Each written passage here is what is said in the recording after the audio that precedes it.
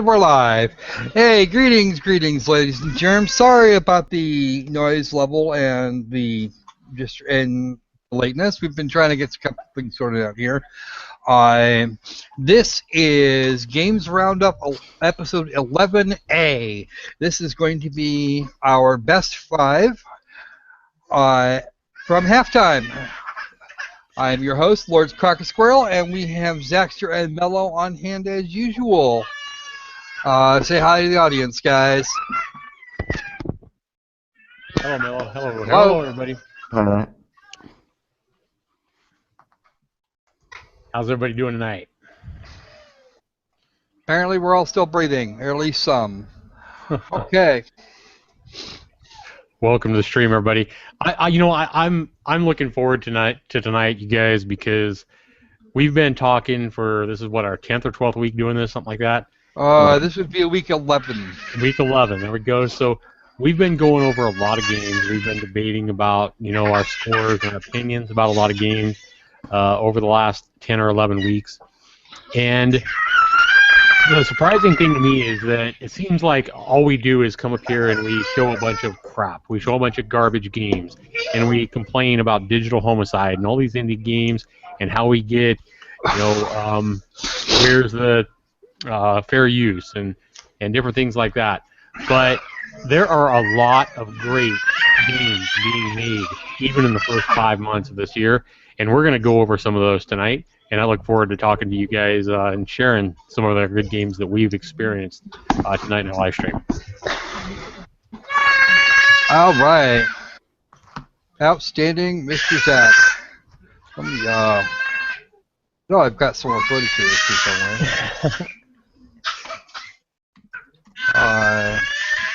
Got something I did earlier today. Well, crap. I guess I might just have to pull from my massive YouTube collection. Hey, Shonda, how you doing today? Welcome, Shonda. Hi, Shonda. So what's everybody else up to today? I think she might be the only one watching so far, man. Well, it says there's 2 viewers, so we're gonna see. That second view is me. Oh well, it might not be you. I don't know who anymore. I don't even. This was fun. I don't even know sometimes. Okay, so while we've been running around like chickens with their heads cut off, we've had a few things go on in Greenlight land, and this is the big news today. Digital homicide is mad, and I'm kind of wondering why digital homicide might be mad. Might have something to do with, let's see. That's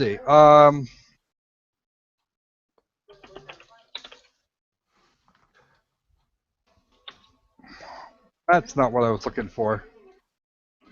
You were looking for Seven to the Rescue, weren't you? No, I was looking for this because I can always click in the link here. This would be the reason. Now, as you all remember, just yesterday, we had a nice long chat with Sid Alpha. At least Mellow and I did. Zach was doing his own thing. He was actually working, if I remember correctly, for Zaxter for actually having a job. And the net result of this turned out to be that they put 6 more games on Greenlight, and then the shitstorm began. Yeehaw. Yeehaw. All of these games, and they are all Crog Wars clones. They are all complete project flips of. Oh wait, no, that's right. I can't remember. Okay. You can click No Thanks, Not Interested. Yeah. And a bunch of them have been marked. This item is incompatible with Greenlight. Please see the instruction page for why this item might not work. Okay. This says that these games. You're not sharing, Kage, I don't think. Oh. Yes. Yes, I think. Yes, there you go. Sorry about that. I was clicked over on yours for some stupid reason. Forgetting, of course, that mine is what actually works there. Okay. There's a whole pile of them.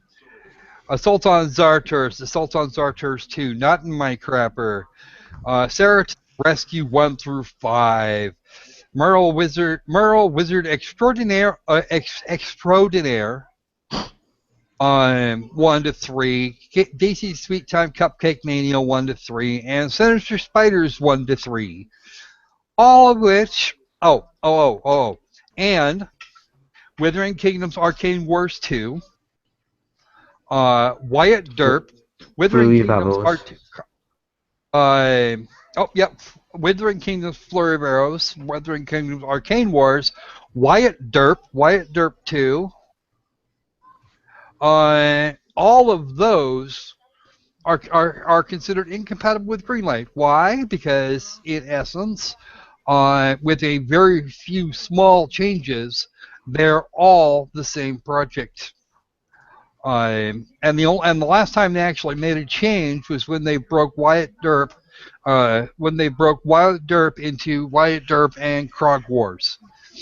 Since then, they made one mechanical change in Not in My Crapper, and they carried it through from Sarah to the Rescue all the way over here. Now, the fun part of that being is that if you play Sarah to the Rescue, and you go all the way up here and play Merle Wizard Extraordinaire, and you will have the same set of high scores. They're using the same persistent files, and they should even be in completely different folders. So that's a thing. Krog Wars and Not in My Crapper have their own, but not by a whole lot apparently. So, and the two Assault on Zarters actually seem to do the same thing. Assault on Zarters was their camera change version of Assault on Zarters. Anyway, Mellow sent me a link first thing this morning. Did I? Yes, you did. I'm pretty sure it was you. Was that it? Nope, that wasn't it. That was the link you sent me. Pretty sure, yeah. Let's see. Okay, that's the page I was just on. Ah. Oh, that's right. You sent it to me in a picture. In picture form. So I don't actually have a link to that. I actually have the picture. I have the picture. Where to go?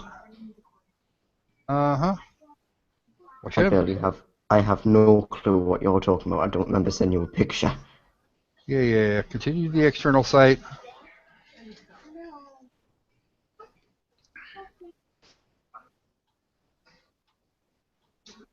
Oh yeah, that. Oh yeah, that. Harassment and Steam's stance, which was apparently taken not too long after it was posted. I thought there was an actual link to it. Apparently there's not. And now I know where the hell it got left. I was just sent it by a member of Poop Games, and that was it. Ah, okay. Well, somebody took it. Aha, there it is. Okay. Where'd it go? So, hold on, let's get the zoom in. Okay. Hello, everyone. Some of you may know who we are, and some may not. For those who don't, early on we made the mistake of thinking we could voice our opinion about a critic named Jim Sterling, and since then we have been under constant harassment.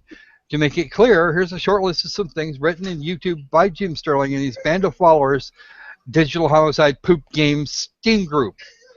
He didn't get that right. It's called Digital Homicides. And they mark themselves as Poop Games, which is fine. I'm a member of the group just because I like watching. This is a general list, not specific to either group, but a combined list of general reputation damaging done and could be extended into 40 or so bullet points instead of 12. Blah.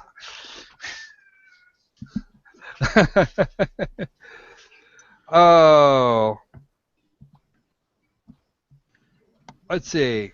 After Jim Sterling falsely accuses of illegally using another company's name, this is not false. They sent you the cease and desist letter. that. Um, And also, I just want to point out they go on to say that they weren't doing anything wrong since they're just a small company, and that they said it wasn't a big name. They didn't mean to rip them off. It was their decision. They should have researched before changing their own company's name. yeah, they should have done all kinds of shit. Anyway, this is something we're going to get into in some more detail sometime tomorrow, I think. I'm not sure exactly when that will be. That will depend on when the representative of Poop Games is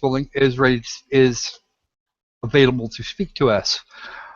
So, I'll message him about it later today. yeah. Without further ado, let us get on with the main event. I don't have much else in terms of news. How about you, Zach? Anything on your end? On news, no, I really don't have a lot in the way of news, more than just general, normal stuff. We're going to be skipping some of the games that we might have played this week to talk about, to share with you guys our best 5 games that we've experienced so far this year. This was originally Kage's idea. I thought it was a pretty good idea as we head towards the center part of 2016 already. Boy, where does the time go? But it ran away. It ran away from you a lot because that's what it does. It does do that, especially the older you get. But yeah, I mean, we're excited to go ahead and share with you guys our best 5 games of the year. And we were originally, I think Kage originally had an idea to do like, I don't know, half the games, half the best games, half the worst games this week, and then do the top of the best and the top of the worst next week. But it just seemed like an easier idea to me to do the top 5 one week and the worst 5 the next week. And because it seems that most people tend to focus more on the negative in life about everything, I think more people are going to be excited about our worst experiences and our worst games of the year. So that is being held off to next week. Make you guys wait a little bit more for that. But I'm excited to go ahead and talk about some of the best games we've played this year. I mean, that's why we play games, guys, right? I mean, we want a good gaming experience. We look for those gems, those diamonds in the rough, if you would, when we play these indie games. When we fork down $7.99 for a game on Steam, I mean, we're definitely hoping it's a good game, right? We're not looking for, a piece of crap. Unless you're me. All right. So, we're going to do this. Zach's going to do his first, pretty much business as usual. Then Mellow will get a game, and I will get a game. We're going to be running through these kind of quick, so don't expect a lot in terms of each one. Just kind of a vague idea of why it is we think that this one deserves its position at halftime. Realizing this is June the 1st, and we still have about 6 months to go left. In terms of actual putting together games. These are games that we have played this year. Zach has restricted himself to indies that he has that have been released and he has played this year. I am not restricting myself to indie games. And then Mellow has a list of games, some of which are a bit older than that, which are quite a bit older. Entirely possible. Oh yeah. For the end of the year stream, it will be games that we have individually played and covered in 2016. Presumably games that were released either in late 2015 or during 2016. By late 2015, I'm talking about the last half of November all the way through the end of December. We'll have enough time to actually play some more games that way. That will have another 26 weeks of this, so we'll have a lot to choose from. All right. So, Zach, it'd be your turn first. Let's have it. Zach. He's under there somewhere. Come on, Zach. We're waiting for you, dude. Well, that was a great stream. Well, apparently Zach fell over and died. I'm right here. Sorry about that, guys. I'm back. All right. So Zach was being with technical difficulty today. No, my son had his tonsils taken out. He's feeling a little more pain a few days later than he was in the week. So I know exactly how that works. All right. So, what do you got for number 5, Zach? Well, for number 5, and I want to go ahead and Is it sharing my screen? I don't see it. Yeah, you are. There we I go. think There. you are. All right. So as I kind of advertised in my kind of trailer video on my channel, I went to look at some of the best games that I scored that I've played so far this year. I've already played over 50 indie games in 2016, and there's 20 games that I saw that I easily would give an 80% or better score to. And that list of games comes here. 20 games here, starting with my most recent, all the way back to one of the first games I played in early January, The Sad Story of Emmeline Burns, which is a free game. So these two games in pink, by the way, are free games that you guys can play for free. This is Forever. I believe that's on Game Jolt. And The Sad Story of Emmeline Burns. If you guys want to see a detailed review and video gameplay of any of these games, simply look them up on my channel. Simply put Zaxter99, the name of the game, and it should be the first one that pops up. But from this list of 20 games, you also notice that I have all the green check marks are visual novel games, games that are kind of have a story to them and are more of a visual novel than they are like an RPG or an action game or whatever. So as you can see, I like quite a bit of those kind of games as well. But my first game, guys, that comes in at number 5 from that list is actually the Dragon Cancer. So I'm simply going to look up video that I've done on these games since I have videos on my channel for all these games. I'll simply look up the video footage that I did back 4 months ago for the Dragon Cancer. That was back in January. And real quick here, you want to show you how popular I am. I did this video 4 months ago. I have 148 views. PewDiePie has done this game 2 months ago and has almost 4 million views. Yeah, I'm a killer on YouTube, I tell you what. All right. So this is number 5. That Dragon Cancer. The Dragon Cancer. Yeah, this is a intriguing game, and I've heard about it like a year before I played it. Simply because this is a game that was kind of built and inspired by a guy who had a young boy that was come down with that was diagnosed with a terminal cancer, and so he kind of wrote a story about his boy here, and how do you make him laugh, and he just talks about kind of his feelings and his experiences with his child while he grew up with this boy, and you kind of take the role of walking through his life and his years and his experiences and kind of his nightmares, his emotions with his wife, and how things got really hard that as he dealt with, like, you can imagine like having a child, even the first child you have with your wife, that can be really kind of a hardship sometimes. I mean, when the baby gets up at 3 o'clock in the morning, who gets up to change their diaper or to give them their formula, whatever it is? Can you imagine having a young baby with all these different elements? And he also had a older brother that didn't really understand what was going on as well. So this game, I think it's typically about an hour and a half to 2 hours, though PewDiePie rushed through it in like an hour. I, again, don't know how some of these YouTubers rush through some of these games so quickly. It's like they're in a rush to get to the end. And but, I mean, this goes through the whole thing of them talking to the doctors about the cancer and how they felt, and, how even like his wife, it talks about his wife's perspective and how she was cursing God and religion and her faith and everything, and it really takes you through even video games and stuff like that.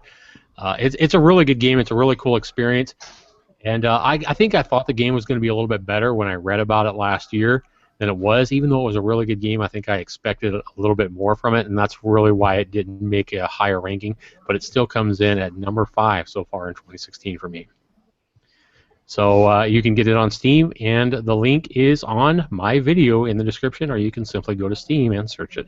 Again, Actually, I'll be putting all the links in the description. There you go. Yep. All right. So, Mellow, your first, your fifth best. Right. Like Kage said, mine are quite old games because I've just been reviewing for not even a year now. So my number 5 is Left 4 Dead 2. Actually, I need to mute that just so I can hear you guys.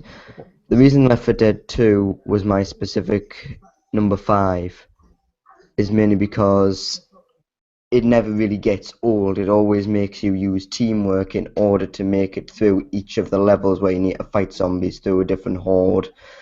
but the game never really gets too easy because Valve have implemented an AI director to make it so each time you play it, it's a unique experience for you to go through and always have a challenge. You always need to rely on people, no matter how easy or hard the game is, to make sure that you can all get through the level and reach the safe zone. All the challenges are quite hard in this. They need to think of ways how you can take down different special zombie types, try and lure them into traps. This is surprisingly quite good graphics for the Source engine as well. I'm only going to be showing the first half of the footage here because the rest of the half is quite corrupted. Yeah, I've been playing this game for about 50 hours on record so far. Now, this is a team-based online game where you can play solo, but you can also play with three other players. Is that right? Yeah, that's correct. Yeah. Okay. If you play solo, though, the other critters in the neighborhood are all lobotomized rat pack therapy experience. Oh yeah. The rate is pretty good. But the reason this doesn't really get much higher up on my list is mainly because I can see why some people might find it get boring or repetitive somehow. But for me, I got enough enjoyment out of it, I got enough of a challenge out of it that I can still have a good time with it even 50 hours into the game. Wow, that's a lot of time. Yeah. Right, so that's my number 5. Alright, let's see. Give me just a second for my number 5. I'm trying to get them kind of in order here. Stop my screen share for now.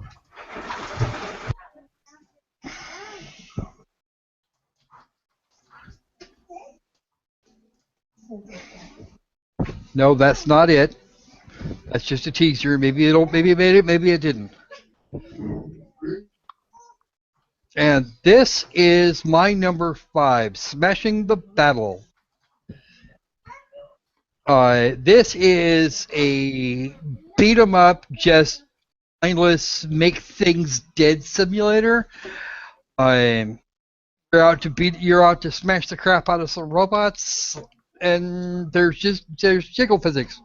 Not the jiggle physics are a nice bonus, but this game here for a one-man indie platform was much better than I expected it would be. There were a few people that really didn't like it very much, but to me this was very competent. It was an excellent. It did its thing. It did it very well, and it kept doing it. I mean, there's a lot to see. There's a lot to pick on. The bosses to just build up. You had a full line of availability for upgrades. It's actually very replayable, and I haven't spent nearly as much time with this game as I have wanted to in the recent past. I really haven't. I've been wanting to get back to it, and I just don't seem to be able to. Yeah, this is number 5. All right, let me just that here.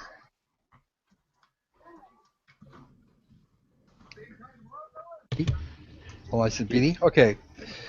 All right, let's switch back over to Zach here. Yeah, I was going to say that looks like a pretty good game called game, even though it shows a lot of titillation and stuff like that. For what it is, for that kind of a game, it looks actually. You know what? I was expecting a cheap little fan service game, and I got something that was actually very playable, and that was something that I appreciated greatly.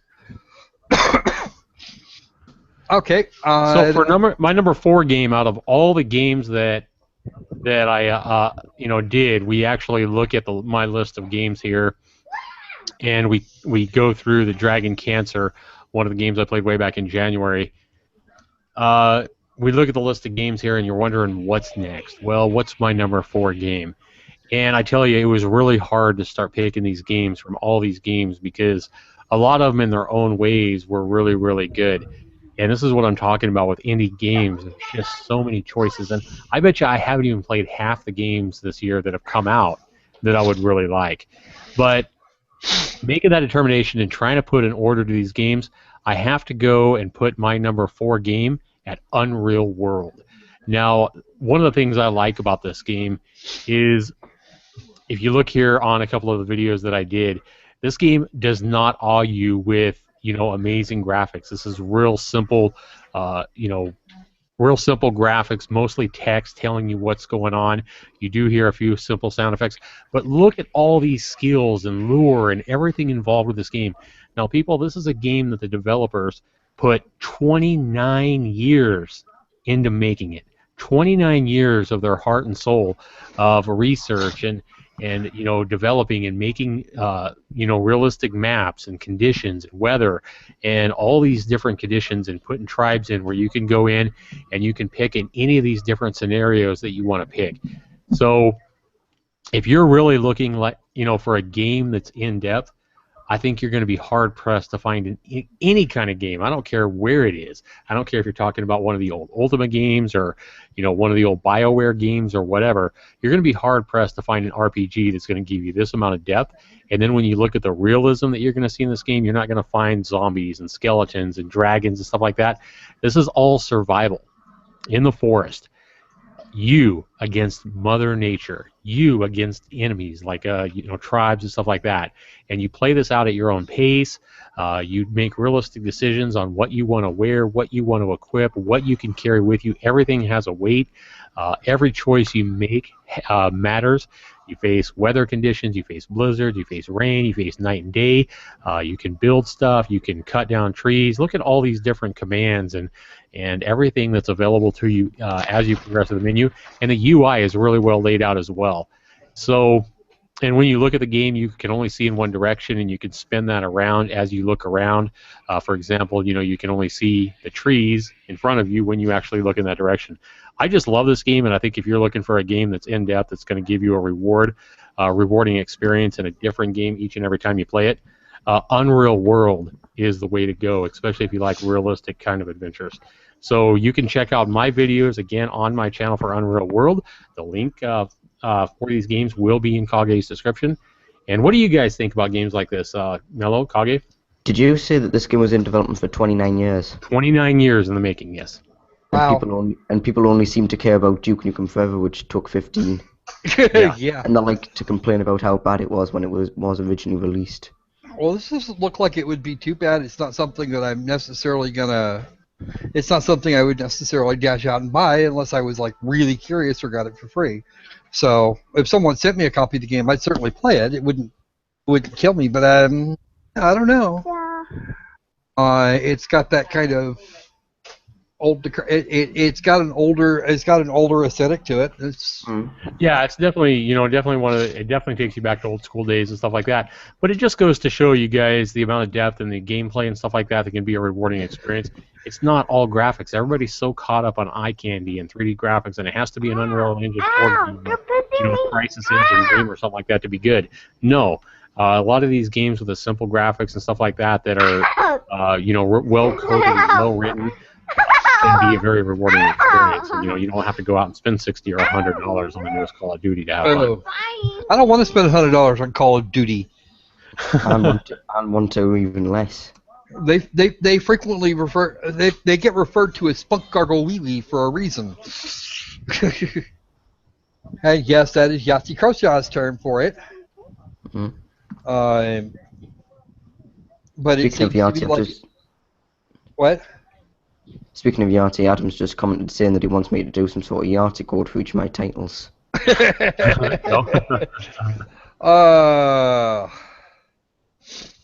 So Mellow, what's your number 4? My number 4. All right, let me get you switched around here. Mellow's number 4. We're all set. Okay. Right. Pop. My number 4 goes to Payday 2. Now for my Yahtzee quote of the day. This game even doesn't exactly do graphics over gameplay. This is a final good example of why game studios wanting us to realize that we want more gameplay and not beautiful graphics. It's like a little turd. Yeah. A turd coated sweet. Once you get past the turd, it gets to a good sweet. Ooh, that's my Yahtzee quote for the day. Anyway, Payday 2, similar to Left 4 Dead 2, is a co-op game. It heavily relies on teamwork. It makes you go through different heists. You need to find unique ways of pulling them off. You need to scout out the area. You need to find good ways in order to infiltrate, get the goods in there, and then leave without the police noticing you. These can vary from sneaking through the roof, silencing the guards, going through the back. The reason this gets up higher than Left 4 Dead 2 is because the teamwork bit is more heavily emphasized on this, because you need more patience, you need to get together, plan out your attacks, get the blueprints, see the plans, everything related to the building. Plan out your bases very, very carefully, otherwise you won't be able to go through everything entirely that well. Like I said, the graphics aren't that good because I believe this was released back in 2011. This is okay graphics for the time, but not anything really outstanding. But they don't. One thing that I do like is that they didn't put all the emphasis on the graphics. They focus more on the gameplay, and that's what I was happy with them doing. Right. And I know people like to complain today that Payday 2 isn't that good because there's microtransactions or something, but the microtransactions isn't necessary. It isn't a pay-to-win game.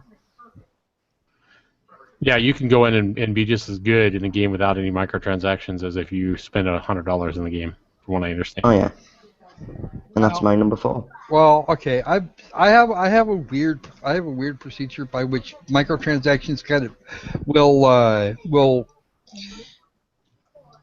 not will automatically disqualify a game. That's why I'm not doing. That's why Overwatch didn't make this list. All right. Alrighty then. And number 4, Sakura Dungeon. Now, a lot of people had some really interesting things to say about this game, and it actually released just today. So I am now free to do all sorts of fun live streamy things and be weird and be strange about it. And I may actually do that later today. I'm actually thinking about doing anime as well, because that also released today. Okay. Now, is this an RPG or? It is an RPG. We've got your little you've got a nice little story. It's not real deep, but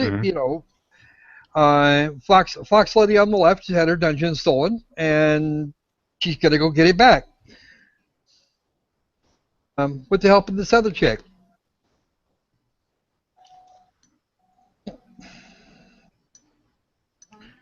So, let's go. Okay, so we have dungeon time. It's all a nice little first-person exploration thing, similar to Shining the Holy Ark, Bard's Tale, Shining in the Darkness, and a whole bunch of others of that nature. The original Might and Magic series, versions 1 through 6 at least. Might and Magic 7 wasn't actually all that great, so. You mentioned a lot of popular RPGs, by the way, over the classic RPGs. And it's actually a lot like that. Usually you don't get a situation where a visual novel type game will get a lot of will be okay as an RPG or a dungeon crawler, and for that reason alone, it's enough to make number 4.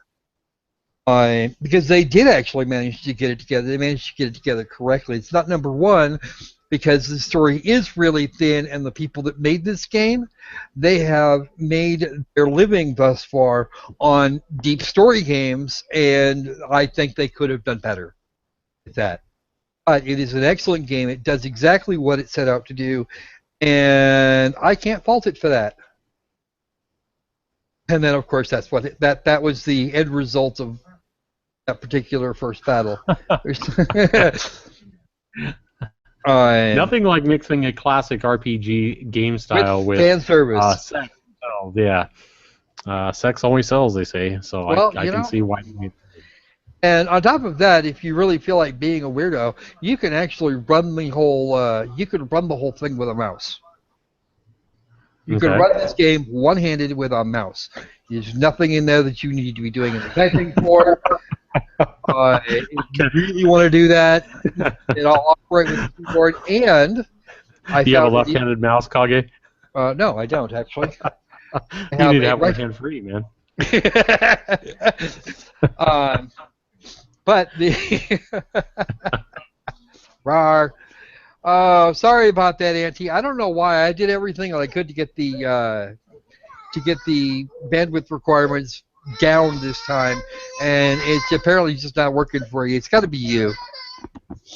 Um, but yeah, I actually have I have an ADHD gamer on this, and if I do an HD gamer on it, then it will be available for the next year. Up there's actually I think this is the one where we actually stop and capture the poor thing. Yep, we captured her. And I can go back up to the I can go back to the jail uptown and use her for a party member later. Breaking the barrel. Stuff. Sending the 6-year-old to bed. Go on. I thought I'd finish up the dungeon and then run back to town. All right. So, Mellow says he's off dealing with something here. So we're actually gonna move on. We're actually gonna move on. Alrighty. Zach, that makes it your turn. Go for it. Okay. Of course, Mellow's still watching my stream because he's not actually at his computer. All right, no problem. So we're going to go ahead and jump this. Again, we're going to jump back to my list, guys. Again, with out of these 20 games that I think I could easily give an 80% or better to, all these games, Unreal World is off the list now. That came in at number 4. And then coming in at number 5 was the Drug Cancer. So we look here for my number 3 game out of all these games and choices. This game might surprise you, Kage. I don't even know if you've heard of this one, but this game just might surprise you as a number 3 pick for 2016 so far, and that is Pause, Shelter 2. Now, for all the hype, and I had never even heard of this game when it came out. I mean, it hit Steam out of the blue. I had never, knew it was coming or anything like that. You compare that to a game like Firewatch, which had all the hype in the world, was hyped up like crazy all last fall. It came out in, I think, February or whatever. And Firewatch, while it being a good game, having good graphics and everything, was fun, and I liked it. I hated the ending for Firewatch for that kind of a game. And Pause Shelter 2 comes in not long after that and tells a absolutely adorable story of a baby lynx where you take control of this baby lynx, trying to stay together, trying to find your mom. You end up getting lost from your mom and all your siblings, and you're a little baby lynx with all the dangers that is in the wilderness. Oh yeah. And this game will warm your heart. It will touch your soul, and the ending to this game will absolutely the ending to this game put tears in my eyes. And like I say, this game came out of nowhere, and where I was expecting games like Firewatch to deliver the goods for all its hype, it just didn't. This game comes out of nowhere, not only warms my heart, makes me smile, but also puts tears in my eyes at the end. An amazing story with Pause, Shelter 2, my number 3 best game of 2016 so far, and I wouldn't be surprised if this game made my top 5 at the end of this year as well. It is that good. If you guys, go ahead. It'll probably be a top 10 actually. We'll see. Okay. Yeah, it's a good game, and like I say, I just like it when games come up. It's a nice surprise. So definitely, if you guys want to check out, if you guys want to spoil it, you don't want to buy the game, check out my video of my playthrough. Yeah, you got a bandwidth issue, dude, or something. Hello? At least, if you're playing it. Hello? Yeah, your mic's chopping, dude. Your mic's chopping up. It seems to be okay now. Can you hear me now? Yep. Okay.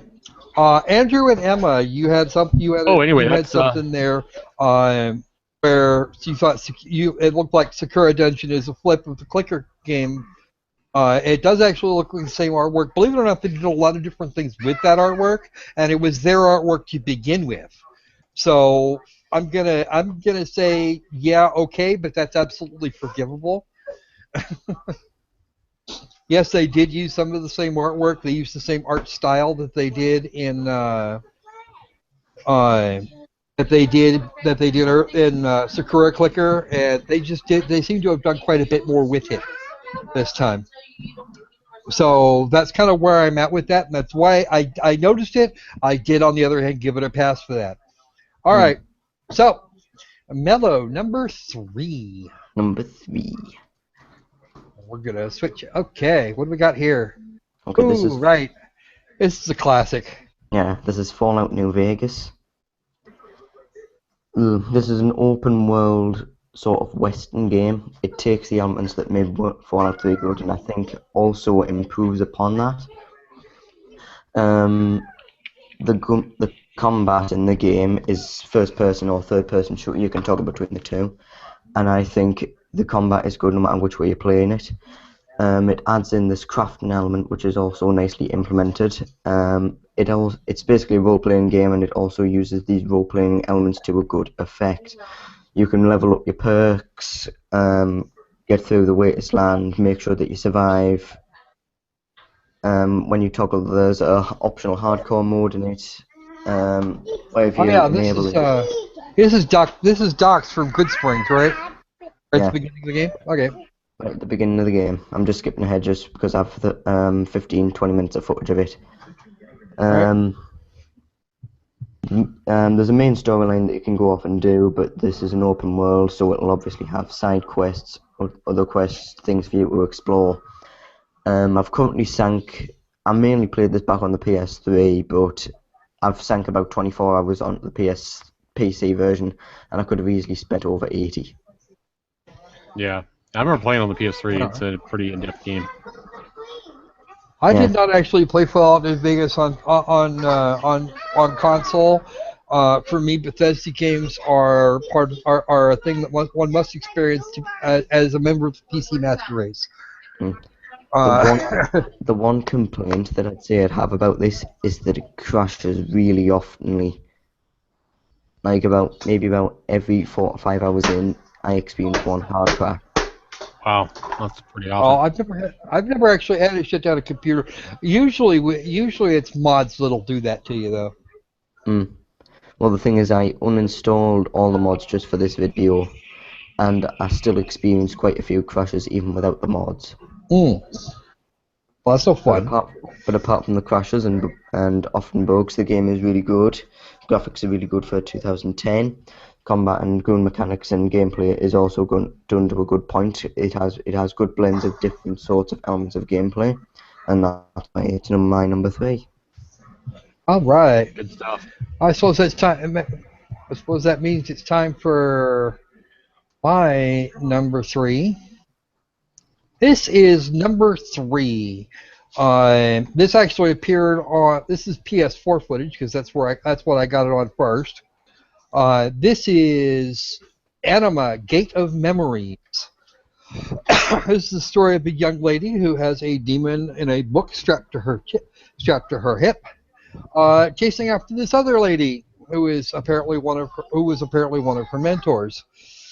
Uh, Again, the story's a little thin, but for what it is, and the combat is actually very competent. Combat actually feels like it has some weight to it. It's your little protagonist here is actually really cute, and she has a reason to have her amnesia as opposed to just having had it randomly or appeared out of nowhere. A large part of the story unfolds as you go further in. The platforming's a little janky, uh, but it's still a solid enough game in every other respect that it rates number 3. It did not come in higher because that platforming is kind of meh. But if you are possessed of enough stubborn, if you own enough stubborn, can and will make it through this.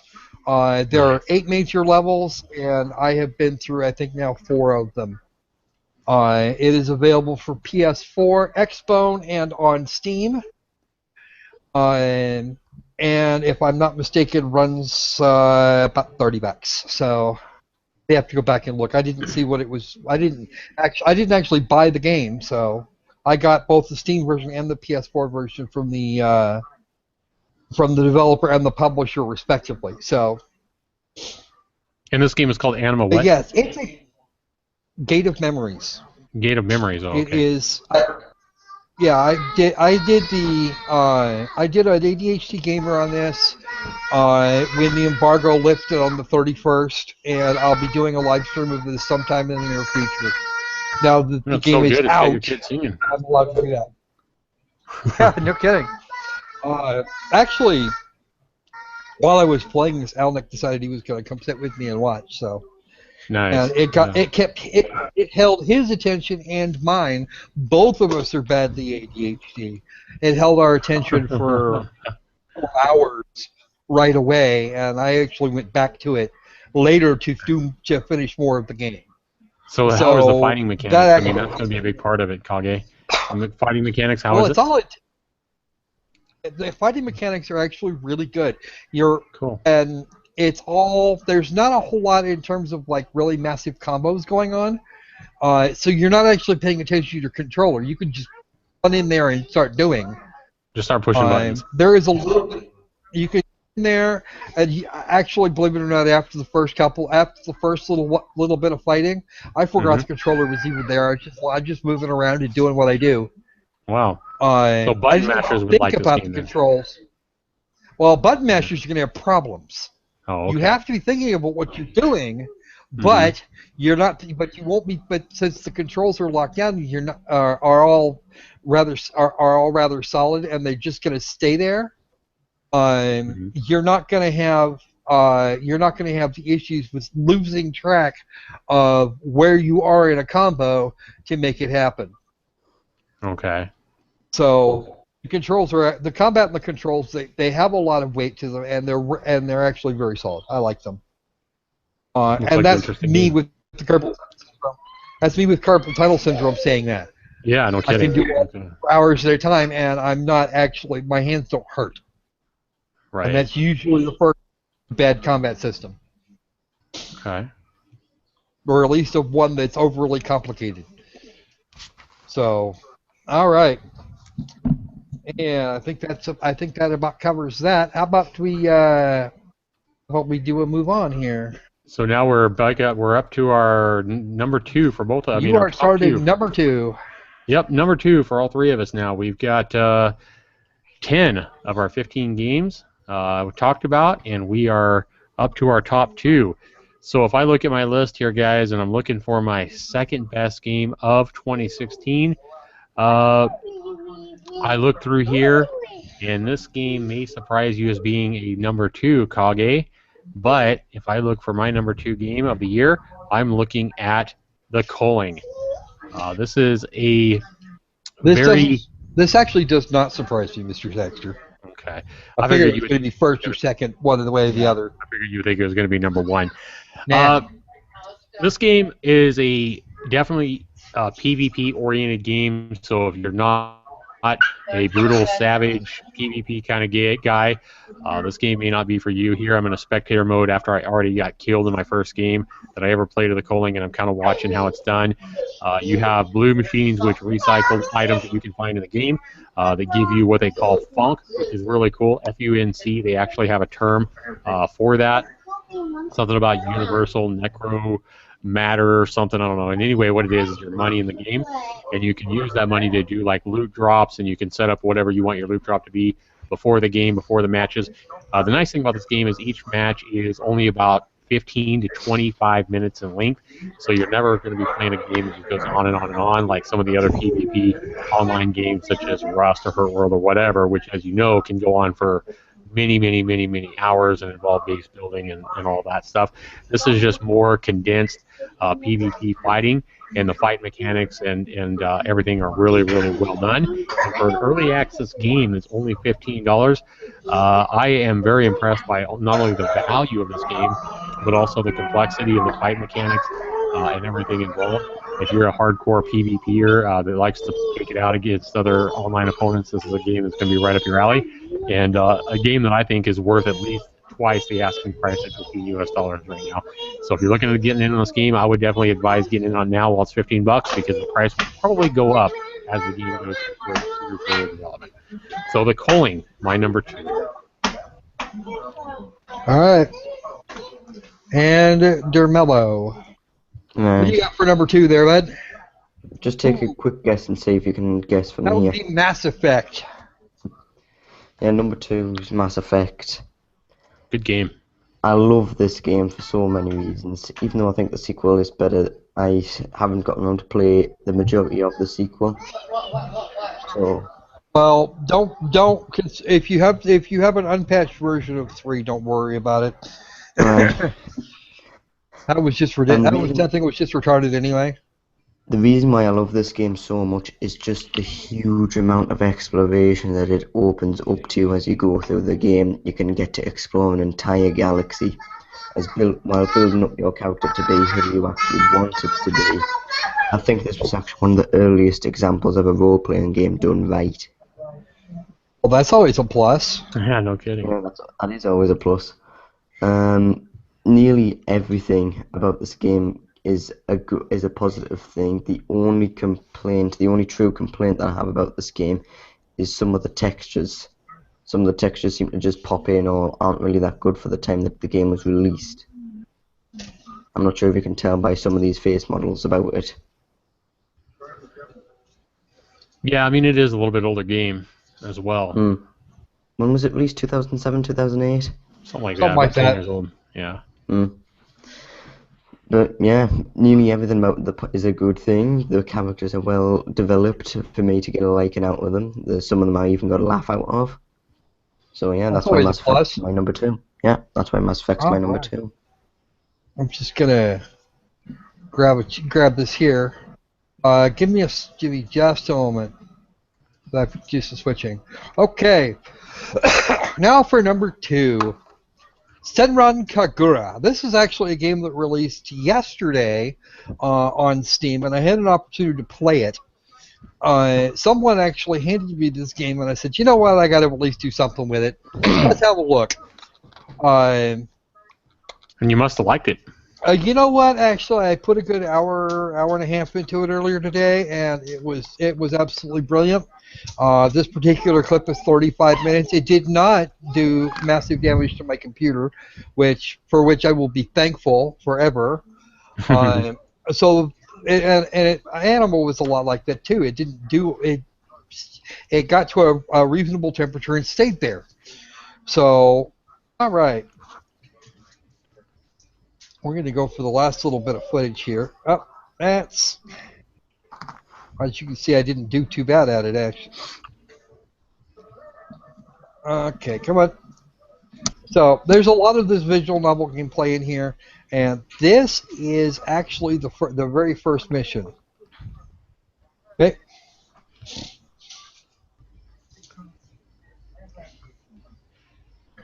All right.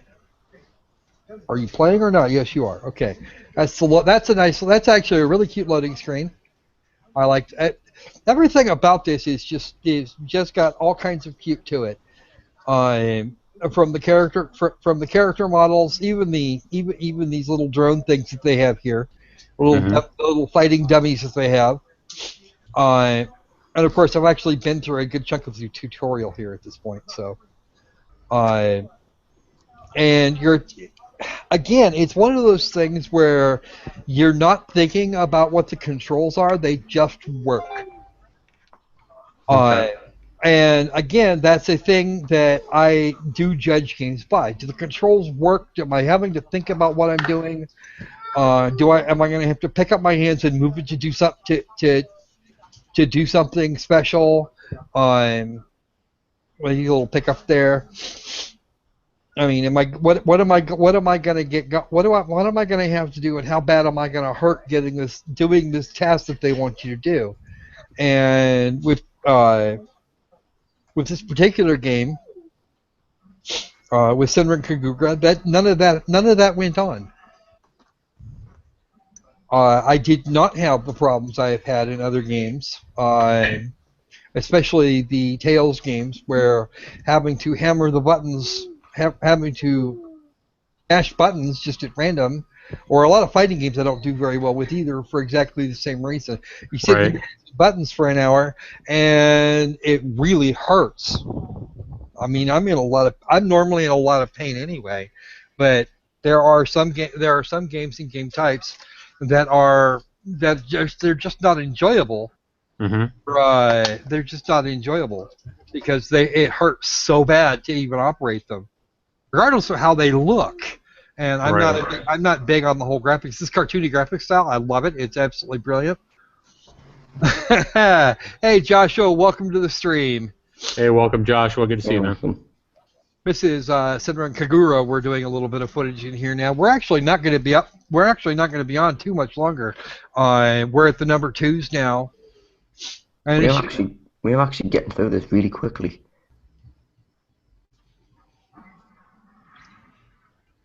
Quite a bit more quickly than I expected to be honest.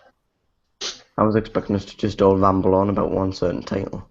Well, I said to try and keep the numbers down, and we've been averaging about 3.5 minutes apiece. So we're actually finding ourselves with almost half an hour we didn't expect to have. We're not gonna spend that time slugging up Digital Homicide though. I think we're actually probably gonna wrap this up a little earlier than the average. Maybe take a vote from the chat as to who had the best game and the not best game. So That sounds like fun. I am the greatest. I don't know who that was. That was me. Okay. Sorry about that. See, yeah, I actually managed to rack up an 800 straight combo on these guys. I just started mowing through them. 800 combo, holy cow, Right dude! there. And then they get thin enough that the little timers down there on the lower left-hand side, they run out. Yeah, the graphics look pretty clear on this game. I mean, Yeah, they're nice and they're nice and clean. They're nice and clean. They're not they're not hard on the eyes.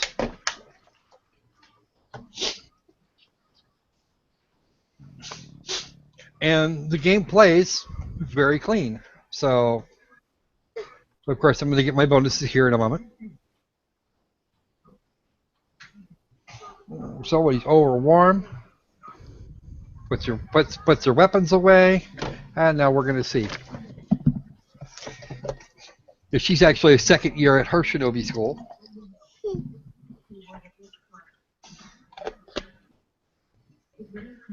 A little victory pose that will piss off every feminist ever.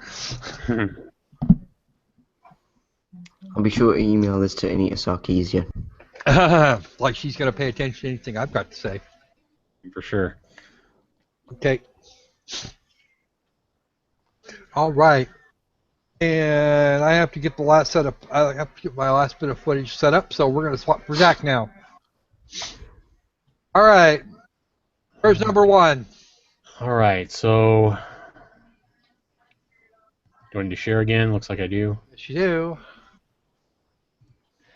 All right, guys. So before I actually mention my number, I can't actually get on. I can't actually get into your computer or share it for you. So, and you didn't see fit to give me a copy of any of your footage. So. Okay, I'm still seeing your screen. Shared, however. Yep. Screen sharing. Okay. Click on your. Yeah. Click on myself down here. Yeah, there we go. All right, guys. Before I actually get on, there we go. So before I actually get on to my number 1 game on my list, I want to go ahead and give you guys a news update that just came to my phone. That's what you heard just a minute ago, Kage.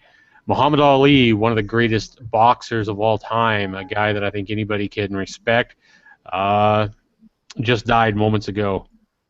Oh wow, that's not fun. He was in a Phoenix area hospital. He had been dealing with a 32-year battle of Parkinson's disease, and we know Parkinson's disease has taken a lot of big people and taken their life. A 3-time world heavyweight champion died just moments ago. So I want to go ahead and send out our prayers to his family and all the fans and people who loved him over the years. That is a big name that's just died tonight, a big icon in boxing for sure.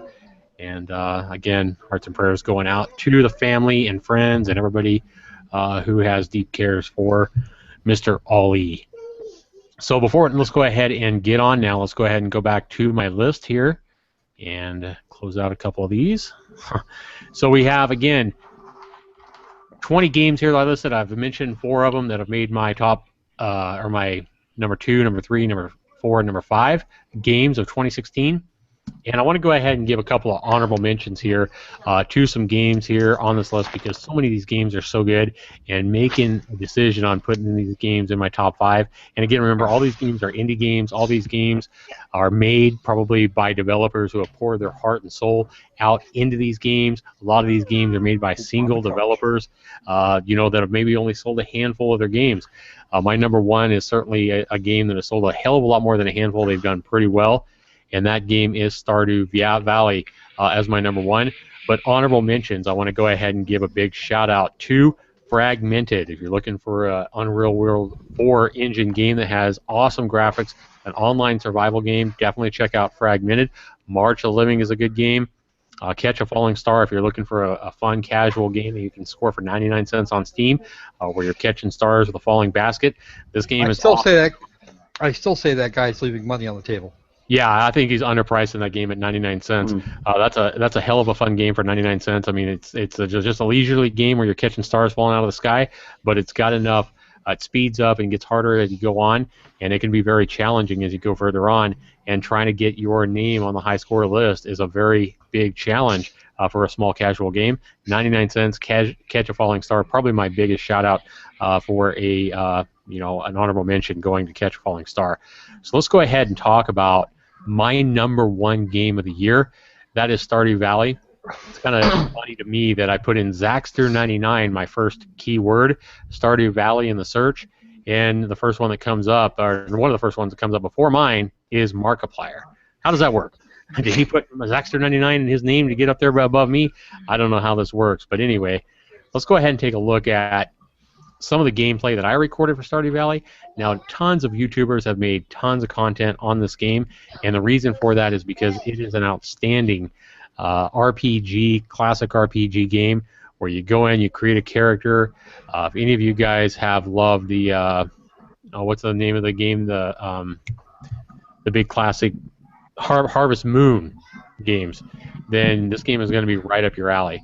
Harvest Moon on the Nintendo, the PlayStation, really popular game. But I mean, it doesn't have the best graphics again in the game, in the world, but it has a big amount of depth. You can do anything in here from collecting resources to building a house to going dungeon stomping to fishing to completing quests to talking to people to interacting. Has a lot of little stories that you can play out with different characters in the game. And there are literally hundreds of hours of game time to be had in Stardew Valley. So any of you classic RPG fans that looking for a good RPG that you can just sink yourself into without over complex kind of gameplay, just pretty simple, click and move your character around the world and explore the world and have a lot of fun. Stardew Valley coming in at only $14.99 US is a hell of a deal, and the price tag and the amount of complex gameplay and fun to be had with Stardew Valley is what made it my number 1 pick for the first half of 2016 for an indie game.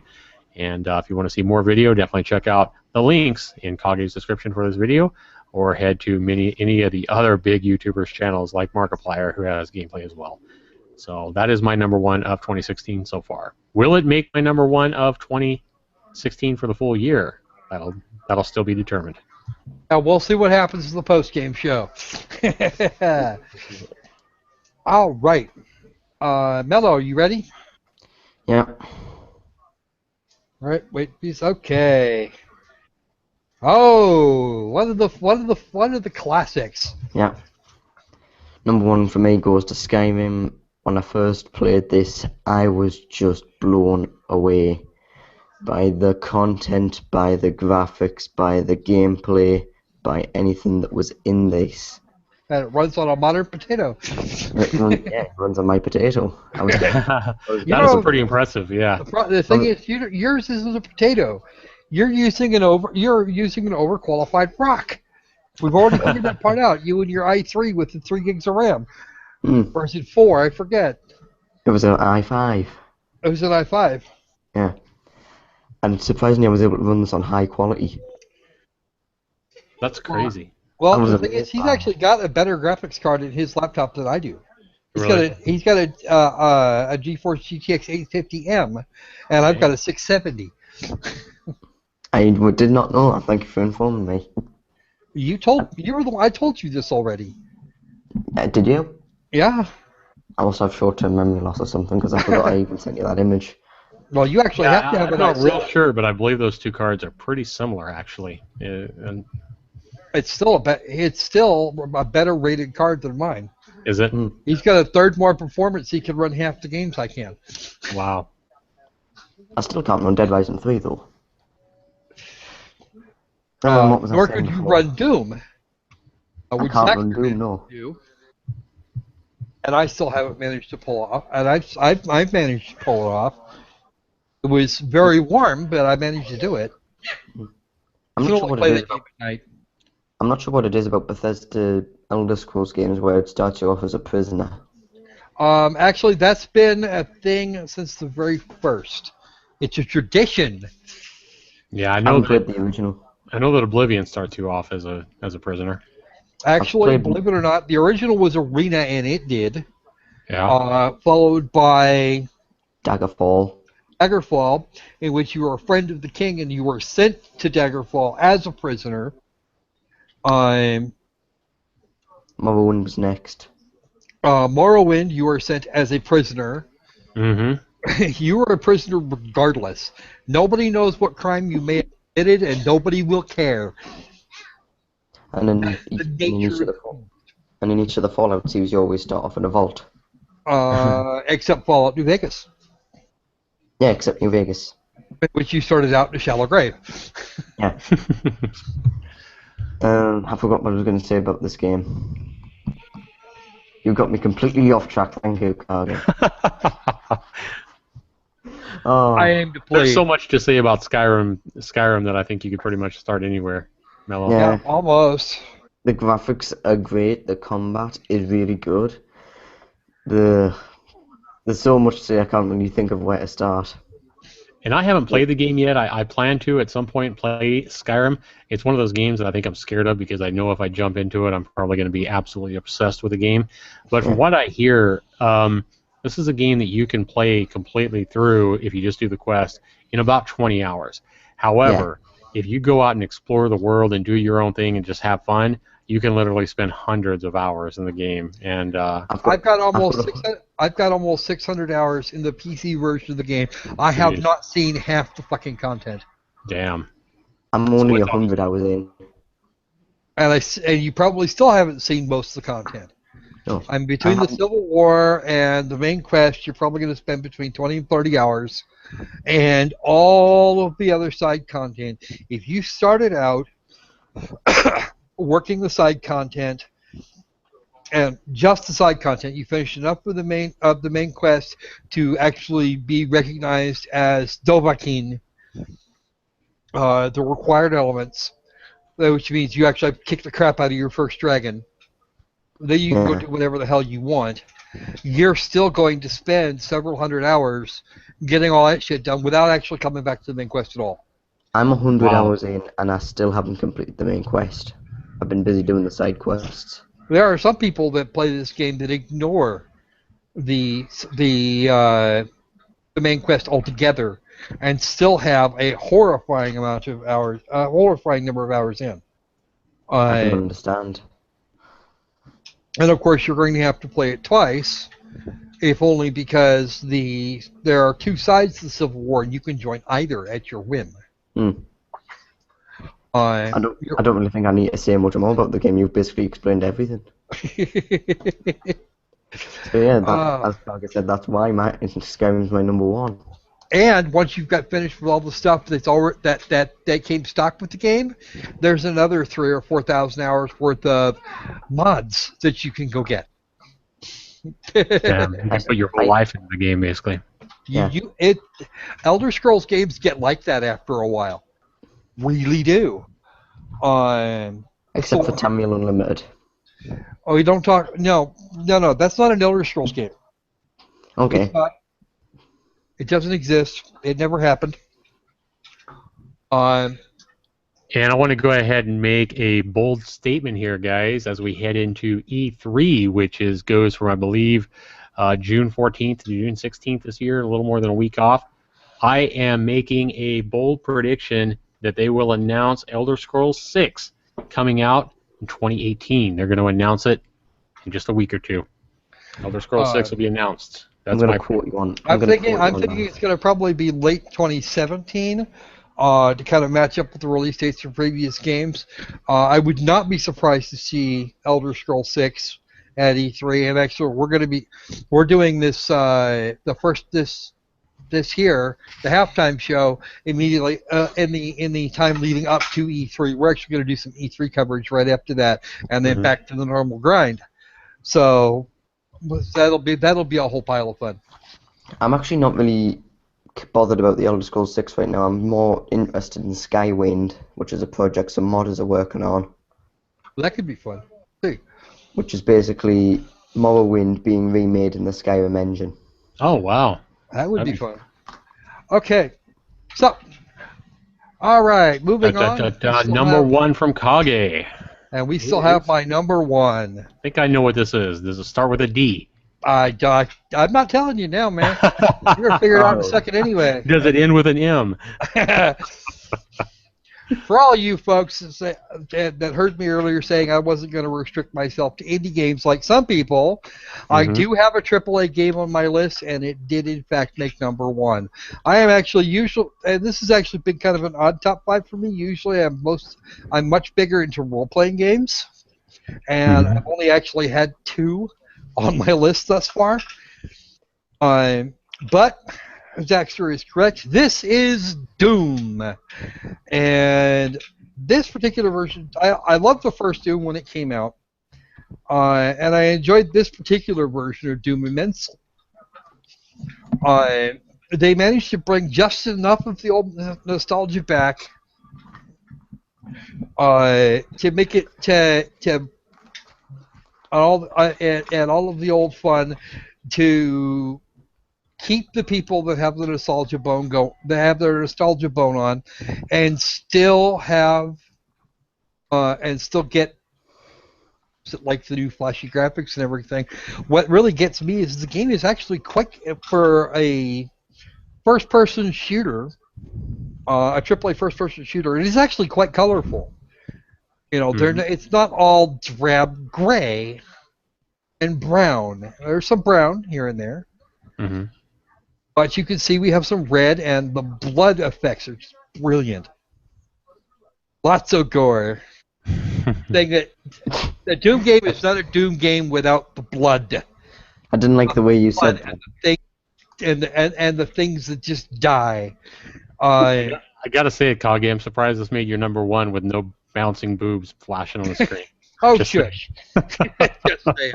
Yeah, you're not just saying. You just looked at all the other. Yeah, I know. All right. This is the gun of unlimited ammo. This is me. This is actually the footage that came from the late in the live stream that I put together night of release. It took it over an hour to unpack itself. I would have been better served not to preload it and just download it straight out. Right. I would have been much better. Took more time to unpack than if you just would have downloaded the thing. Yeah, I know. Well, it would have helped if it wasn't 55 friggin' gigabytes. Unless you're like me and it took 8 hours to do the whole thing, and then I turned it on just to realize it didn't work. Oh my god. It wouldn't work. Disappointing. That's because he has an overglorified rock. Okay. Yes, the Doom armor.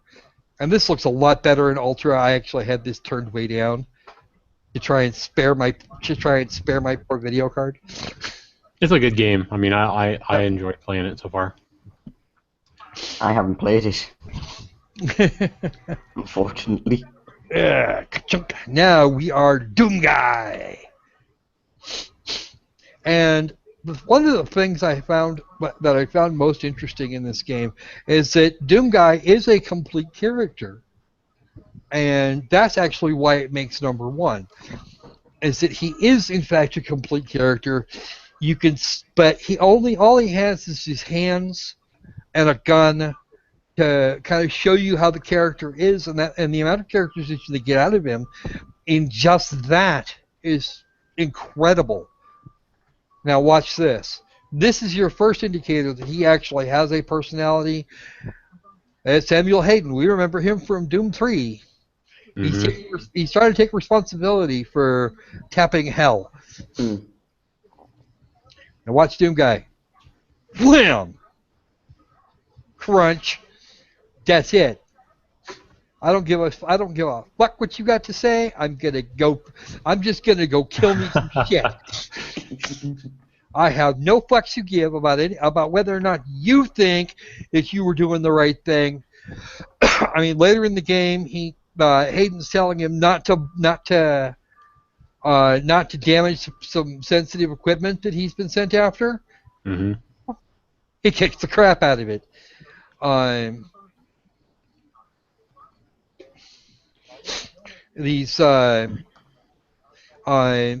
health packs and ammo that get dropped off by these creatures is good mechanically. It's not good for a realism standpoint, but then since when has Doom been realistic?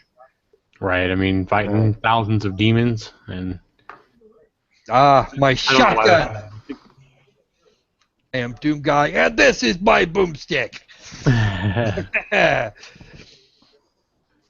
But the brutality of just taking a demon and ripping him apart in so many different ways that you can do in this game is not only satisfying to every part of the, at least testosterone that flows through any male, it's just good, bloody, gory fun.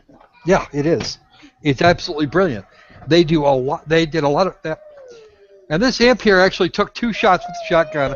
I'm not sure if it is that I didn't catch him right the first time, or if he was just being stubborn. There's a little nest over here. Kill the guys around it first.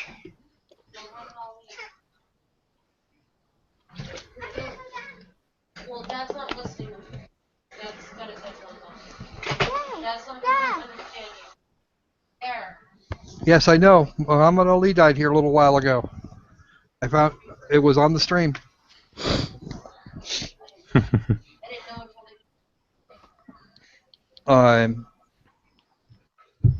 So, making them all go boom. Quick splurt. And yes, now I'm taking a lot more time than I should be. Let's see. Right back over here. All the blood. Of course. Oh, here we go. Here's Doom Guy getting pissed off at Hayden again. Hayden's trying to talk to him. Bam! And then the Bethesda And id logos. title. Yep. And one of the things I thought they did really well here. Give it a second here, because the music here is just coming to an end, and they end it right there on the sound of the shotgun being cocked. Mm-hmm. That was their final note. Get some more. This is a bit later. Click here. We actually covered this a couple of weeks. We actually did this a couple of weeks ago on the Roundup. And I actually have the only death I took was going over the side. Yeah, you played this on one Roundup, and then I think the next week I played it. Isn't that right? Yep, that's On your exactly stream. right. Yep.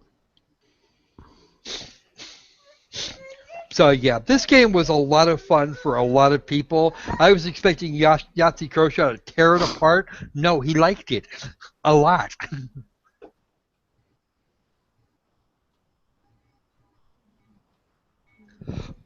Because Yahtzee Croshaw always downs games unless they're Portal. He even tore apart Portal 2.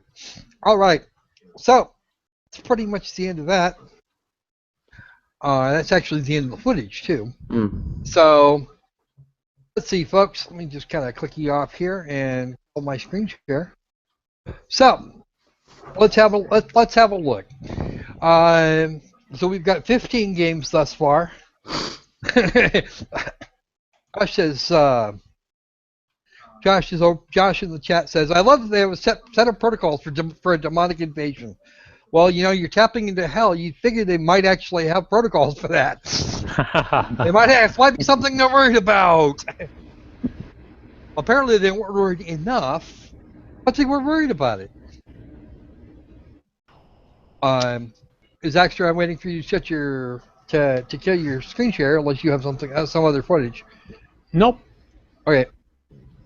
So when you talk, we're just gonna see your desktop. All right.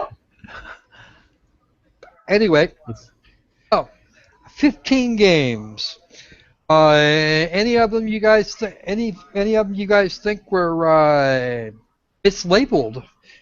Things that maybe should have done a little better than they did, or maybe games they missed. And whose number one was best?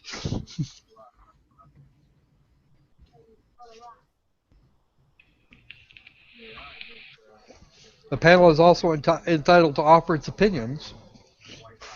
Well, we're all going to say that, of course, we think ours is the best. No, I mean, you can't. I really love Doom, but it's not even fair putting up an indie developer game like Stardew Valley or The Calling or anything, especially a game like Catch a Falling Star, trying to put that up against a game like Doom. I mean, it's hardly even fair if you ask me. Oh yeah.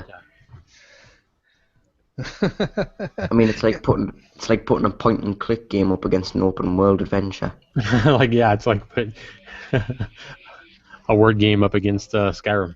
Yeah. Actually, I've seen some word games I've played more than Skyrim, which is really fucking sad. There's some word games I played while I was playing Skyrim, which is even worse.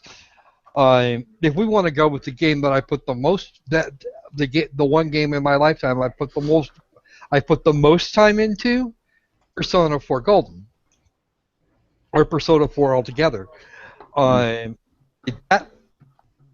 back. Yeah. As far as everybody does have a different set of criteria. I included AAA games because they were released and we did play them, so technically they count. Yeah, I mean, it's a game you can buy. I can certainly see why you would include them. AAA games are certainly not something that you can't go out and buy. But again, I think my channel has always been focused on indie games, and that's why I kind of went that route with my best games. I've been doing a whole lot of every type of game that I could lay my hands on. Senran Kagura could theoretically be an indie game, a AAA game. XC certainly puts out enough games to make them worth it. But it wasn't. It didn't have a $60 price tag on it. I'm not sure if that actually matters. Smashing the Battle looks like a AAA game and was most definitely an indie. The team for that was very small. I think it was like 4 guys and like 10 testers that were on the credits. Seriously. Wow. Sakura Dungeon is like 4 people. Anima is a 3-person team, and they put that whole thing together. So you really can't. It's you can get games out there that are better than a lot of AAA titles. But you have to be. But in my brain, you had to select what you had the most fun with, and that was in fact Doom. I've been back to it a few times even. But I've been back to all of those games at least once, with the exception of Senran Kagura, because I didn't actually get that. I wasn't actually able to sit down and play the game till today. But I actually played 3 different games trying to set this up, trying to get this thing together for you guys. Yeah, I know Kage was really working today. He was trying to get those last reviews and last opinions of 3 more games in a day, just to see if they could compete with what he had already had played this year. I know Zach has to take off, but Mellow and I can hang around and do a little bit of Greenlight if you guys want. Yeah, I'm going to get out of here. I'm going to go ahead and get me situated here and get ready for my live stream, which starts here on the top of the hour. And I'm going to go ahead and let Kage and Mellow continue to go through the Greenlight games with you guys. It's been a pleasure actually talking with you guys. And What game are you running over there today anyway? I haven't even decided. That's one reason I guess I need to go ahead and figure one out. I'm You thinking better about run. I'm thinking about going over Skyrim. Skyrim. I could Yeah. start a Skyrim series at some point here. I don't know if it's going to be tonight, but I definitely want to get. That's why I really like the live stream that I'm doing every day, because I think it's going to give me an opportunity to play some of these games that I've never been able to get around to, like Skyrim and other games that I've already played that I never would have got around to had I not started doing a daily live stream. Well, as long as it's not 35 millimeter, I'm fine. 'Cause 35 millimeter. Actually, that was a challenging game. But anyway, I'll see two you nights in a guys. row. Yep, I'll see you guys on the other side. Thanks, everybody. All right. I'd say Zach. Yep. Okay. So, since there's a request out for some Greenlight, let's look at some Greenlight. We already covered a bit of the Greenlight thing here at the top of the stream. In that digital homicide. I found something that's already looks like it's worth checking out. Oh dear. Digital Just Homicide has gotten Digital Homicide. Most of the largest part of the games that they put up recently have already been boned, including some of the ones they've already released on Steam. Look, it's Arcade Wars and Wyatt Derp and Wyatt Derp 2. Do you think you can screen share that? Because Sure. nobody's seeing anything. Oh well, they're okay. Yeah, I forget. Yeah, they're looking at the Crocosquirrel of cuteness. They think it's cute. It's actually going to bite them. All right, and on with the screen share. Boop. And here we have the digital of homicide. Some of you may have seen this already. A lot of them, a large part of their games, every game, because after we did our thing last night, they put 6 after we did the thing yesterday. 6 more games were put up on Greenlight. These 6 here, all of them, all the way down to here, A Fight in the Garden.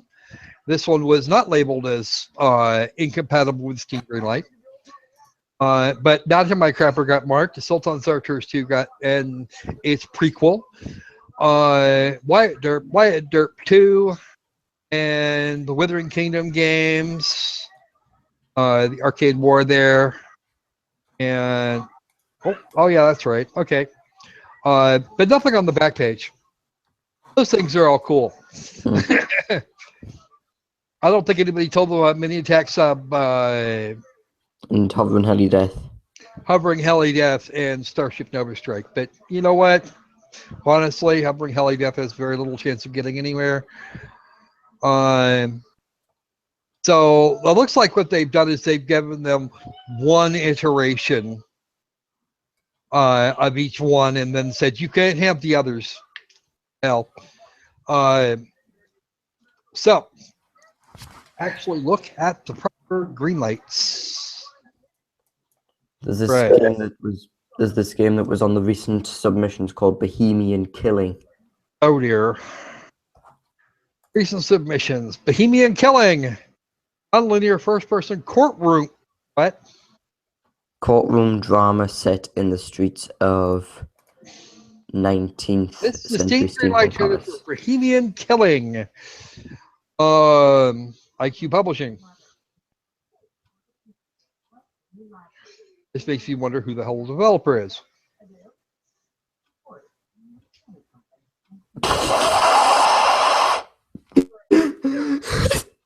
Are you okay, Mellow? I'm just dying at some of the face animations. They're just so unfitting. Like they haven't animated any of these. Like that guy holding the sword was looked like he had a lazy eye, trying to look cynical. Ho. We have something special I here. think he might have, actually. I probably did, Josh. I just probably didn't notice. Yeah, I think the bleak came out of the back of his brain pan looking at the graphics.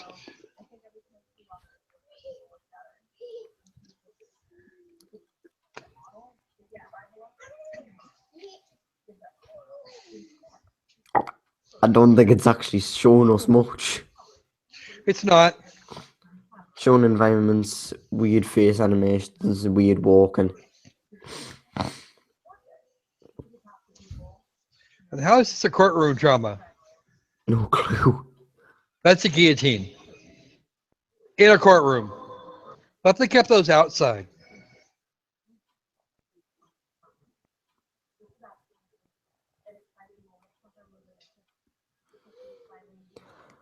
Ooh. That was the most entertaining Greenlight trailer I've seen in a while.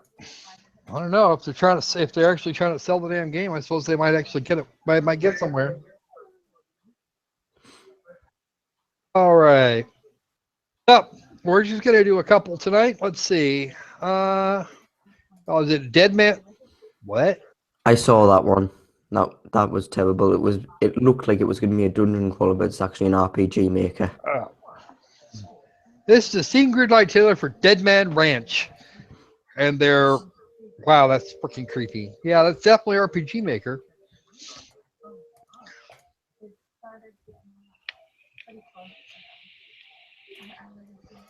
Apparently, there are 3D exploring sections or something. There can't be. I've looked in the trailer. There's people complaining about it in the comments. There's little to no exploration in it. Ugh. Okay, that's just freaking creepy. That's way past creepy. Okay. I'm just going to go back here. All right. By the way, I'm looking at some of IQ published other games. One's on Steam, one's been greenlit. Okay. The game on Steam's called Ego Protocol. Steampunk mystery visual novel and puzzle game.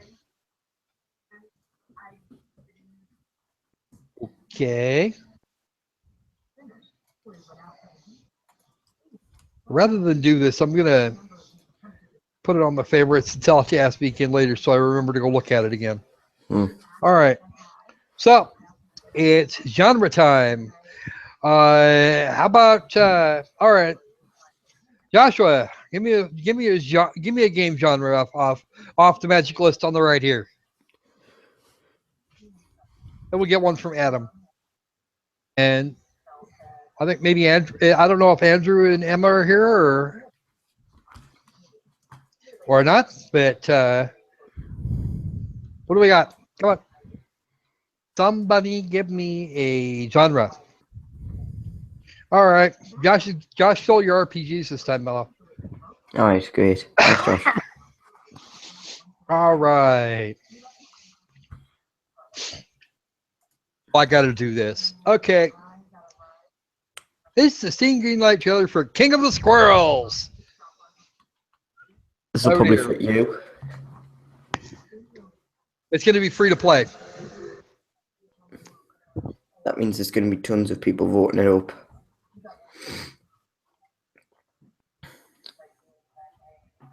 Now, wait a minute. No, we didn't. We had E.T. Well, we had Mario Brothers too. Yeah, but we also had E.T. Wait. Somebody was using a MIDI version of Bohemian Rhapsody. Please don't say that this is memes.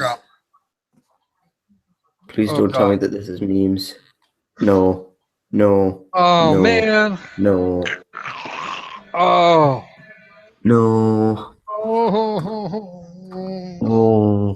Oh, it's on Markiplier. Great.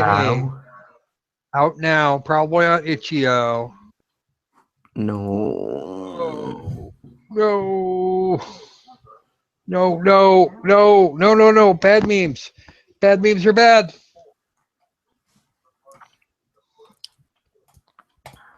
Oh. Man. No. No more. It's on Game Jolt and Itch.io. Oh, no. We'll get it from Itch.io in a little while, maybe, if I'm feeling like being nice. Oh, and Jacksepticeye's in it. Fantastic. Oh.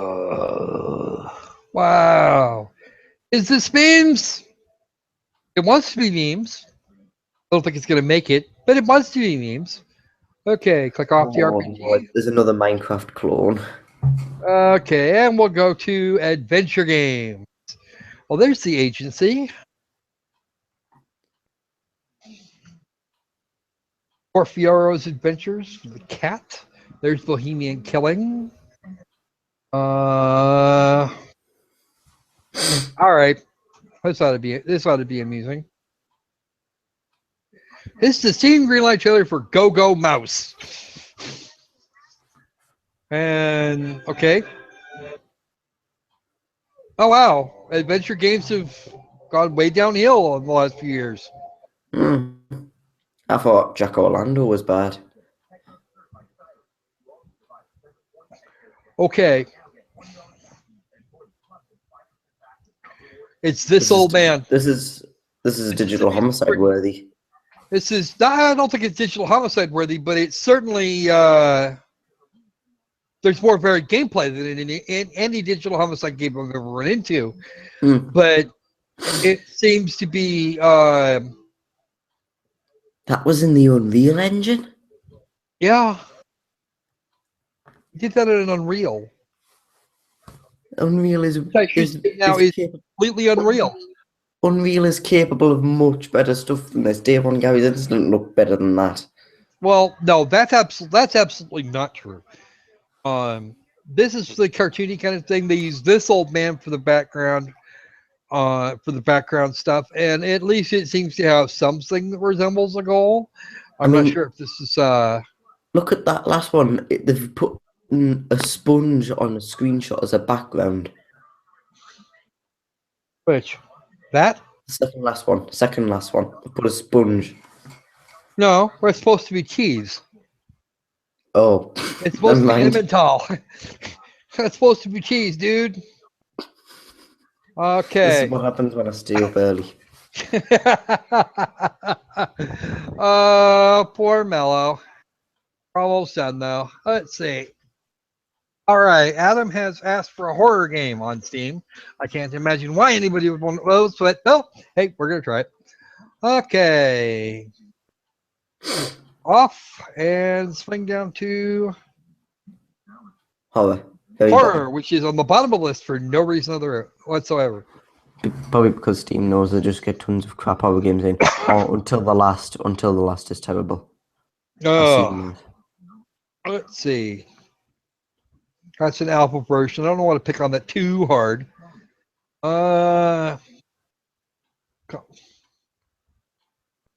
Abduction's still on, apparently. Yeah, apparently so. We've actually done a lot of these. Let's see. What about Red Alliance? What about Red Alliance? Did we do that? I don't think so. We may have, actually. Okay. All right, let's start with the game. Let's get the game out of the way that's actually been being realistic with itself. Hashtag kill all zombies. Heat Shapers, they call themselves, in 8-4 games. Okay, this is an adventure game. No, it isn't. It's certainly not a horror game. It's an action shooter horror, apparently. It's not even a horror game. I call it an action shooter. Well, an action shooter, yeah, I could give you that. An isometric shooter. This isn't a horror game. I'm not. There's no reason to be scared of this game in any way, shape, or form. And the Twitch guys can screw with you. The only reason you should be scared about this game is that Valve let them tag this as a horror. I'm sorry. I'm sorry. You have to run that by me again. I don't mind about it. Yeah. So, with a horror game, it's not a horror game. Joshua's basically summed up what I was saying before.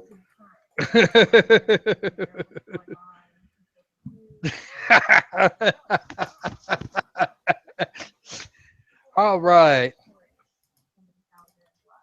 Looks like Zach's chosen his game for what he's going to be playing. Oh, that sounds like good. Okay, so yeah, I'm not. We're not going with that. All right. So we're gonna swing down to the bottom here and unclick horror. Now, Mellow, it is your turn. Right, I'll pick a one out my hat. Wait, I'll need to find it first. You better find that heck quick, man. We're gonna go. Oh, here it is. Here it is. We're all gonna go pick on Zach. Okay. Speaking of, if you have not, we are trying to get Sid Alpha a birthday present to the forum of his 1,000th subscriber. He's and gotten gonna, it. Oh, he's already gotten it. He's got 1,015 now. Ah, cool. Excellent. Outstanding. Okay, massively All right. multiplayer. Massively multiplayer. Oopie. Oh boy. How's this go? Let's see. Oh no, I see another Minecraft clone. Yep. That one even looks like it right in a Minecraft story mode. I've reviewed Castle Miners here. I've reviewed Block Story. I don't want another one. Let's try for Crocosquirrel. We're gonna pick on it anyway. What the hell? Low res with sound effect vocals. It's an adventure strategy RPG, massively multiplayer horror. Yeah. Reign of Darkness, folks. Let's have a What a look. mouthful. Oh, that was quick. That's not the way you sell it.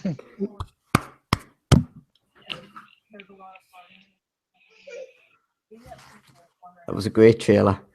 Oh yeah, absolutely brilliant. And then he just recorded this.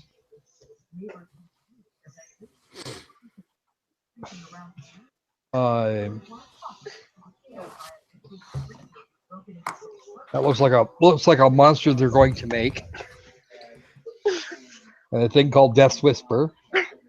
How's this? What are we trying to do? Dark Souls again? It's not dark enough to be Dark Souls. It's not ruined enough to be Dark Souls. You're not going to get a bad Diablo ripoff. I'm thinking they're trying for Dark Souls because Diablo has always done its work from an isometric standpoint, not like this. It looks sort of like Dragon Age, actually. Well, it's bright enough kind of to be Dragon Age, but it's got some of that I want to be Dark Souls aesthetic to it. If that makes any damn difference.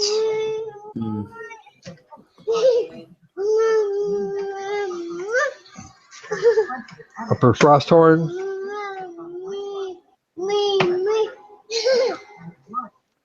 Right. You know what? This is not selling it. No. Really not. Okay. Okay, that's the World of Warcraft aesthetic. And there's the Skyrim bit. And the shirt model. And the armor model of the hell did that. Oblivion looks like. And that's the Skyrim thing again. Dark Souls part where he's walking out in the where he's walking out over he's walking out on nothing.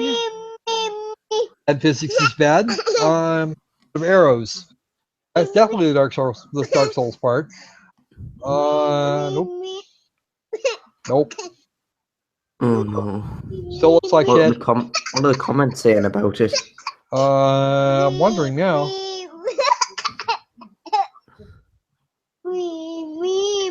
Looks like a bit like Neverwinter Nights 2 away, but with a bit of polish, it could be great. Something in Spanish. Or character to exact specifications. Yeah, pretty much every RPG in the last 15 years. More like 20. Baby, yes, I see you. Let's see. Hello, sir. I have a marketing offer for you and your awesome games. We will Greenlight boost your games. If you're interested, blah, blah, blah, blah, blah. Dr. Evil Services at Gmail. Many flashy numbers on the screen while fighting. Looks very glitchy, sometimes staticky. Sounds just... Oh, that guy's just picking on the fact that it's an alpha.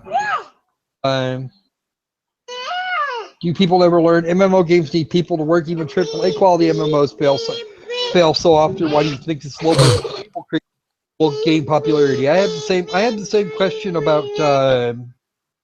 really do have the same questions about Kings and Heroes. We are a model of all our yeah, that's about right, Joshua. Joshua in the chat says the armor model of all our blacksmiths are 14-year-old boys. Yeah. So man. Yeah, this is actually pretty bad. Um, I didn't want to pick on the game because it was listed as an alpha. But now that I think about it, picking on it's okay. All right, so I guess I'm the last Project one. Project Lounge tagged as a massively multiplayer. Oh dear. Oh, free to play 3D social game of no textures or very limited textures. There's the radio, which plays nothing apparently. 4 minutes of this, and I don't think I'm going to sit through them. The hell is? I'm not sure about you, but I don't exactly want to get a game where the main goal is to just look at a Unity terribly animated boy turning on radios. Doing So nothing else. here's the thing. The basics is the basic. That's what you're after. The basic, the very basic models are shit any student could do after 2 hours of after 2 hours. So that's not good. Apparently somebody got a copy of Critiverse.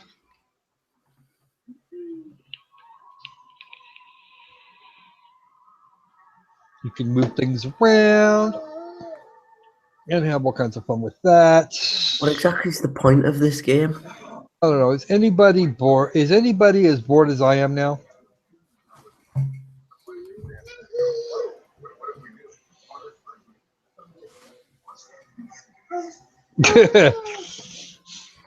All right.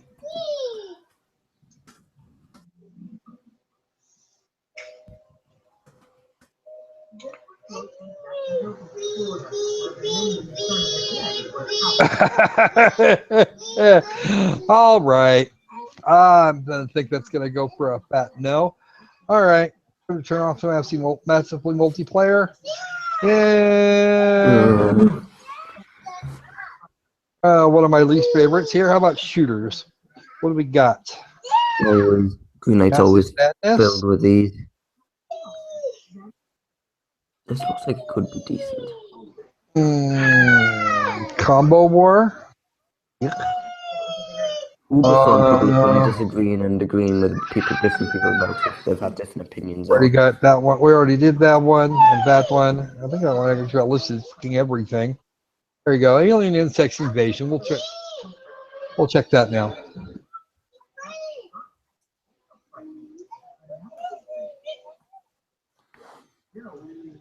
That's been popping up on Greenlight quite a few times, this one.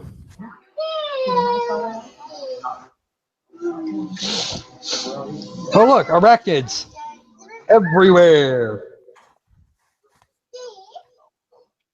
Here's your Diablo clone for the week. This looks marginally decent, actually. Honestly, if you could get better models and VR support into that, into something like that, Josh, you could probably get away with it. Of course, it would help to have weird things like planning his story. We could do, but that's something that you and I could talk about another time.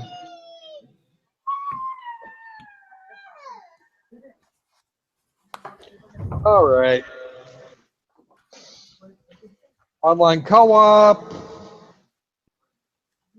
multiplayer ass kicking, and all that other sort of noise. Yeah, bleh. Okay, I'm bored now. If you wanted to do one of those games like the last one, oh no, New York NY not this one, the one before it. New York at New York. Yeah, that would be different. That would be entirely different, actually.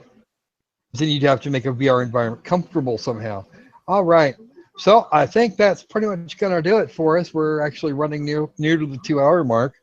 And somebody got a chance on a copy of Critiverse, so we're going to go poke so let's all go invade Zaxter's little stream thing here.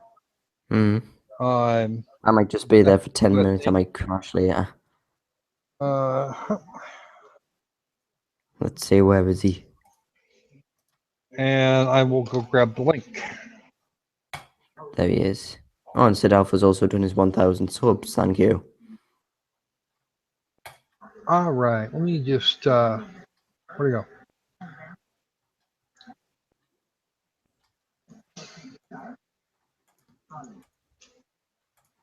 I mean, I'll go.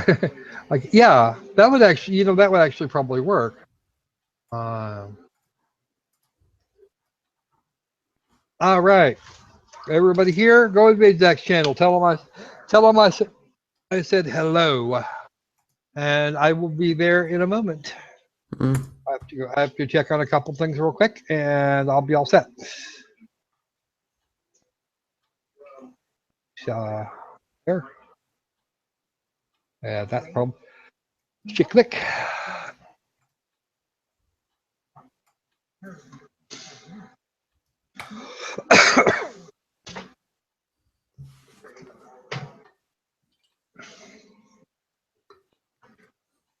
All right, is the room empty yet? Why not?